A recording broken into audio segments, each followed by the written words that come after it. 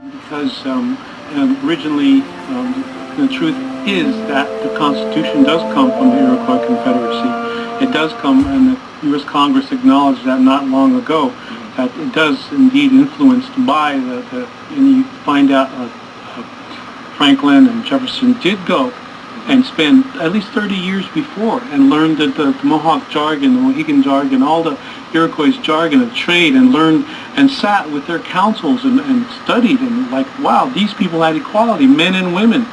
And they said, how can, and at that time there were a few million.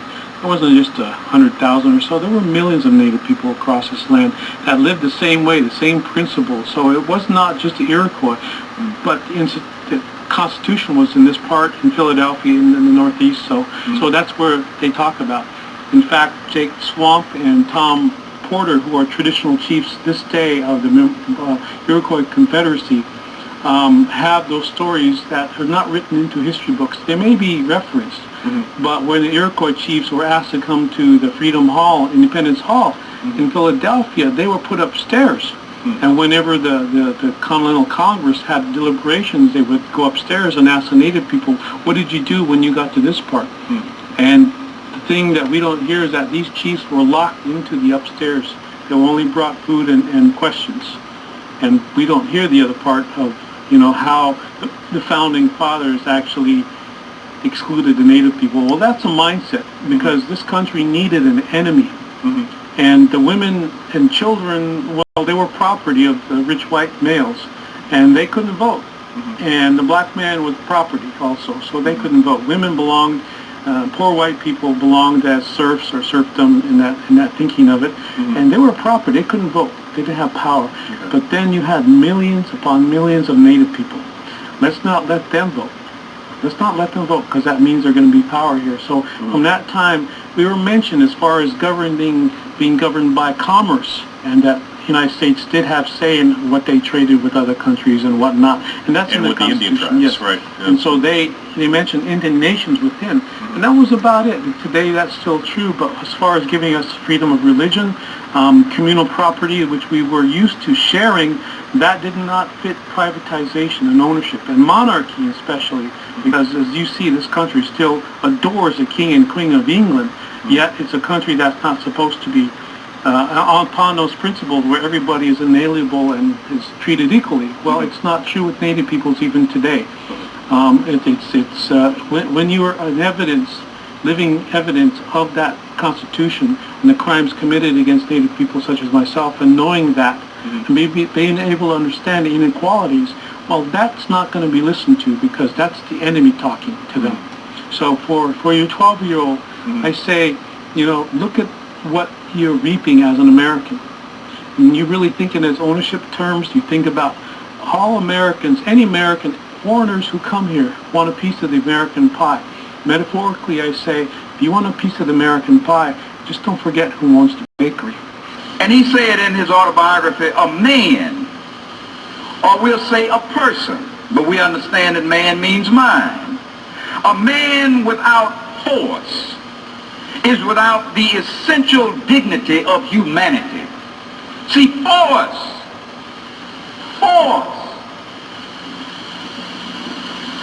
is essential. If you don't have force, people will walk all over you. This is why, I look at this thing about gun buybacks. And I'm expressing some opinions too. I'm looking at gun buybacks. Somebody said, was talking about, I was reading in the paper where, man, they're offering $50 for a gun. I said, the only way I go and sell mine is that they give me enough to buy one better than that one. Because a man without force is without the essential dignity of humanity. I learned that from Queen Mother Moore's vows. In New Orleans, they faced the Ku Klux Klan. Marcus Garvey came to New Orleans to make a speech once, and the Ku Klux Klan came up as usual in packs, like dogs. And so he didn't show, but the next day they came back. Everybody was packing. I'm not telling everybody to go and pack, man. You do whatever you have to do. But anyway, everybody was packing. Queen Mother Moore said she had one in her bosom, one in her pocketbook. And when the Klan rolled by, everybody just flashed. And they left. And they had no more problems. See, understand that rabbit hunting is fun as long as the rabbit ain't got no gun. See, everybody coming to you with the law, putting the law on you, is fun to them and it's profitable for them. Because you don't have anything to come back with. And when you go to try to get some representation to come back, look like it costs you even more. And you wonder what is happening. This is the stuff we deal with every day. But we've got to be empowered. We've got to have force. So therefore it says that a man without force is without the essential dignity of humanity. Human nature is so constituted, it is so made up, that it cannot honor a helpless man. It will not honor a helpless person. It will not honor beggars. It will not honor weak, helpless people. So it says, though it can pity him. See, there's a difference between pity and honor. Honor endures. Pity don't, because he said, and even this it cannot do long if the signs of power do not arise. They won't even feel sorry for you anymore. So what am I talking about today? What am I approaching today? The con and the Constitution. We have laws.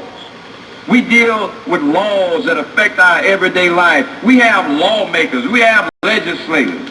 We live in a governmental system that we have been inside of for a few centuries, and we still have not grasped how it really works.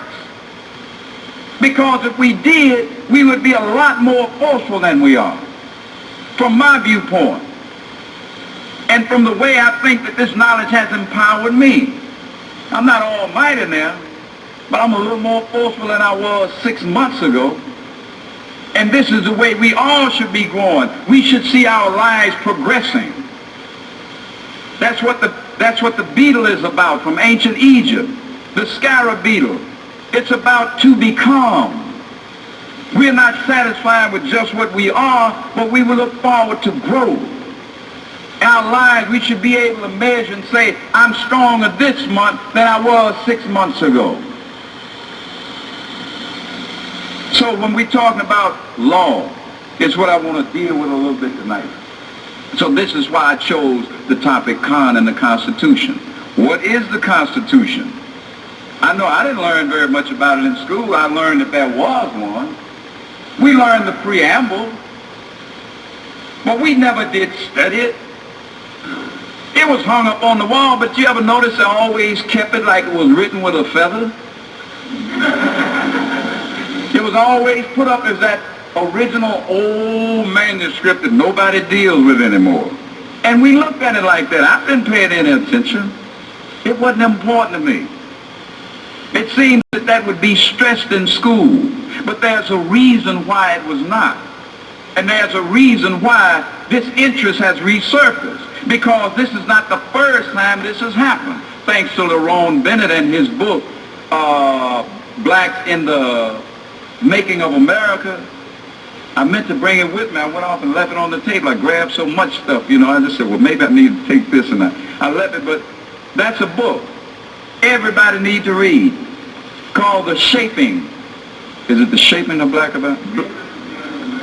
The Shaping of Black America. Okay, I thought it was Blacks in the Making of America, but The Shaping of Black America by Lerone Bennett, the editor of Ebony Magazine, senior editor, and also he's written Before the Mayflower. And I had this book on my shelf about 6 months. And I never did. I bought it for one thing that he had in there on field order number 15. I read it. It was so good. I started reading. Before you know it, back and forth through the pages, I'm through the whole book. And the information that it had in there is awesome. That it has in there is awesome. But anyway, the Constitution, the supreme law of the land. Now, what I have given you opportunity to get tonight is a little handbook, a little pocket book. The supreme law of the land in a book form. You can keep the supreme law of the land in your back pocket. You ain't got no wisdom in the world that can surpass those lessons. None. Because those lessons give you the key to everything that takes place in this world. I can take you can't, nobody can handle me when it comes to them lessons. What's the 16 degree? Who's the 5%? Yeah. For a poor part of planet Earth? Right there. And The teacher with that. who's the 5% in this poor part of planet Earth? Answer: poor righteous teachers who don't believe in teachers of the 10% who are all wise and know who the true living God is, and teach that the true living God is the Son of Man, supreme being, a black man raised. You teach freedom, justice, equality, all human beings on planet Earth, otherwise known as civilized people, Muslims and Muslim science. Who is that? That's you! That's you! That's you! Okay. You understand? Look at what you're saying. Now, is that in the Quran? No. I'll answer it for you. The Quran ain't got no 120. No, it doesn't. The Bible ain't got no 120. The Hadith ain't got no 120. No, it doesn't. Those lessons are used to wake up the original man here in the wilderness of North America. Thank you, because the original man in the wilderness of North America is the direct descendant of the Most High God. You ain't. So, since y'all don't want to separate black man, black woman, the next option is to take it over